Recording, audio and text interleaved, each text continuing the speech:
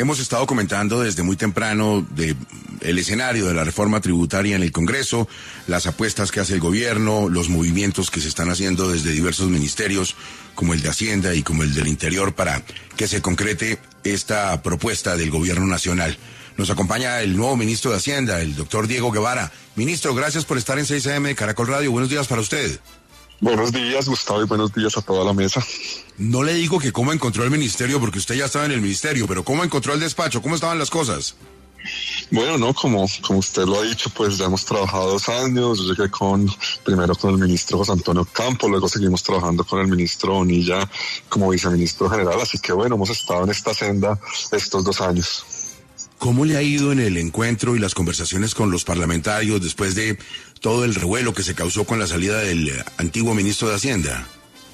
Pues yo creo que hemos mantenido el ejercicio de consenso, el ejercicio democrático, logramos radicar esta propuesta de ley de financiamiento, fruto del consenso nuevamente con todo el Congreso, respetando el legislativo.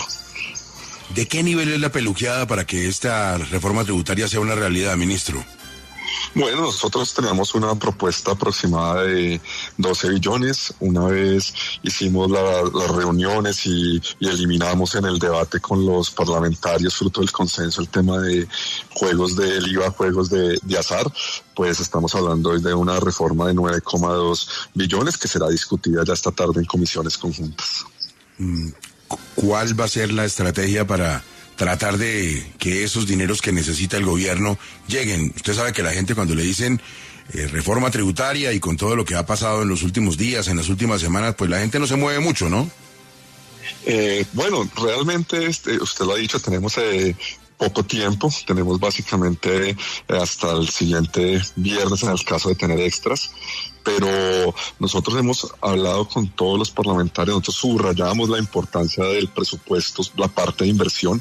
Esta ley de financiamiento al final lo que busca es complementar esa inversión, porque los otros rubros del presupuesto, tanto funcionamiento y deuda, son completamente inflexibles, y para el próximo año pues tenemos un rubro de deuda mucho más grande que el de inversión y lo vamos a respetar. Entonces eso buscamos con esta ley de financiamiento, tratando de respetar los espíritus progresivos, un impuesto a patrimonio que solo será por encima de 9.200 millones de pesos, buscando la progresividad también en impuestos al carbono, bajando impuestos a pequeñas y medianas empresas al 27%, y para el resto progresivamente que bajen a 30% en los siguientes años.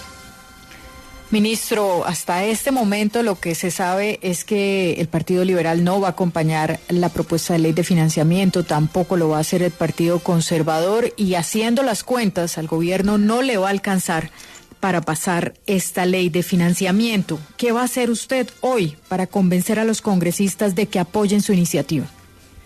Bueno, pues yo creo que parte, digamos, del ejercicio democrático es que hemos trabajado con los ponentes todo el tiempo. Esto es una construcción colectiva, la ponencia. Yo creo que hay muchos elementos en esta ponencia que también le gustan a los ponentes. Hemos introducido, llevamos más de 3 semanas, hemos introducido un impuesto de timbre solo del 1% que nos complementa un poco las fuentes que hemos sacado, como la de juegos de azar. Entonces al final ese es fruto de esta construcción colectiva lo que trataremos de discutir esta tarde, y bueno, pues al final esto, lo más importante es que cada congresista representa una región, y al final el presupuesto de inversión es lo que le lleva infraestructura, hospitales, escuelas y diferentes proyectos de inversión a la región. Yo creo que esto es lo importante, al final es una plata que beneficia a las regiones de las que todos provienen. Ministro, el gobierno mantiene en el texto que se discute hoy el punto referente a las compras que superen los $200 con un IVA del 19%. ¿Eso sigue ahí? Sí, este elemento sigue allí. Esto es un mercado de importaciones de alrededor de 5 billones de pesos, que nos permitiría recoger alrededor de 800 mil millones de pesos, y pone la misma cancha a los minoristas colombianos, pues que se están viendo afectados por esta medida. Ministro, ¿qué tanto le trasnocha a usted el déficit público, el gasto público, además, que contribuye a que ese déficit vaya creciendo? Pues realmente este año vamos a cerrar, digamos, cumpliendo la regla fiscal y lo esperado en el marco fiscal de mediano plazo, que esto es un déficit del 5%, alrededor de 94 billones, pero de esos 94, 77 son deudas. Nosotros hicimos un ajuste fiscal doloroso este año de 28 billones de liquidez y creo que al final la sostenibilidad de las finanzas públicas es un principio constitucional y estamos haciendo la mejor tarea. De ese déficit, alrededor de 77 billones son intereses de unas deudas que creamos de la pandemia, de un crédito flexible del fondo, pero que hemos honrado la deuda por principios constitucionales.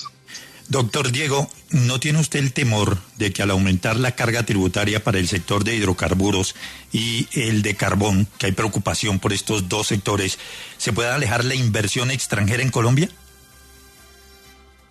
Nosotros creemos que claramente son sectores claves para nuestros ingresos fiscales, pero la realidad es que hay un cambio hacia adelante y nosotros también cuando hablamos de la transición energética tenemos que hablar de la transición exportadora, que es pues, básicamente una recomposición de flujo de inversión extranjera directa. Tendremos que pensar en minerales para la transición, tenemos que pensar en otros sectores como construcción que ganen espacio, pero en la transición el sector es importante y por eso tenemos que aprovecharlo con estos rubros de impuestos y hay una evidencia de esa recomposición de la inversión extranjera directa en el país.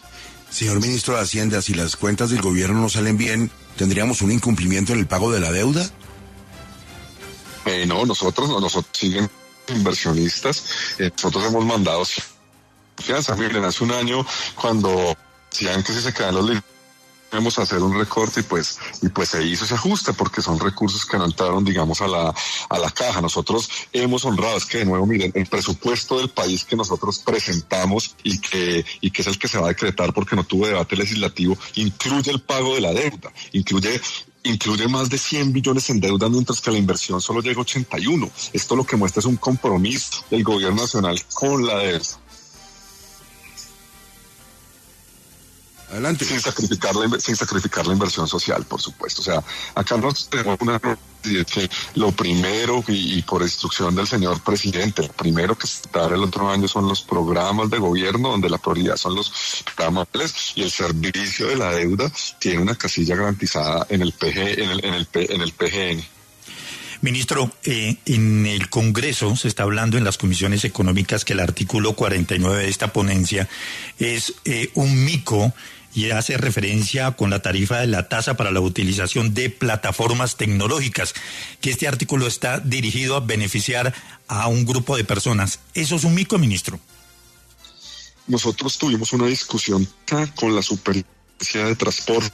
Nosotros y ellos han concepto técnico requerimientos necesitan en este sentido.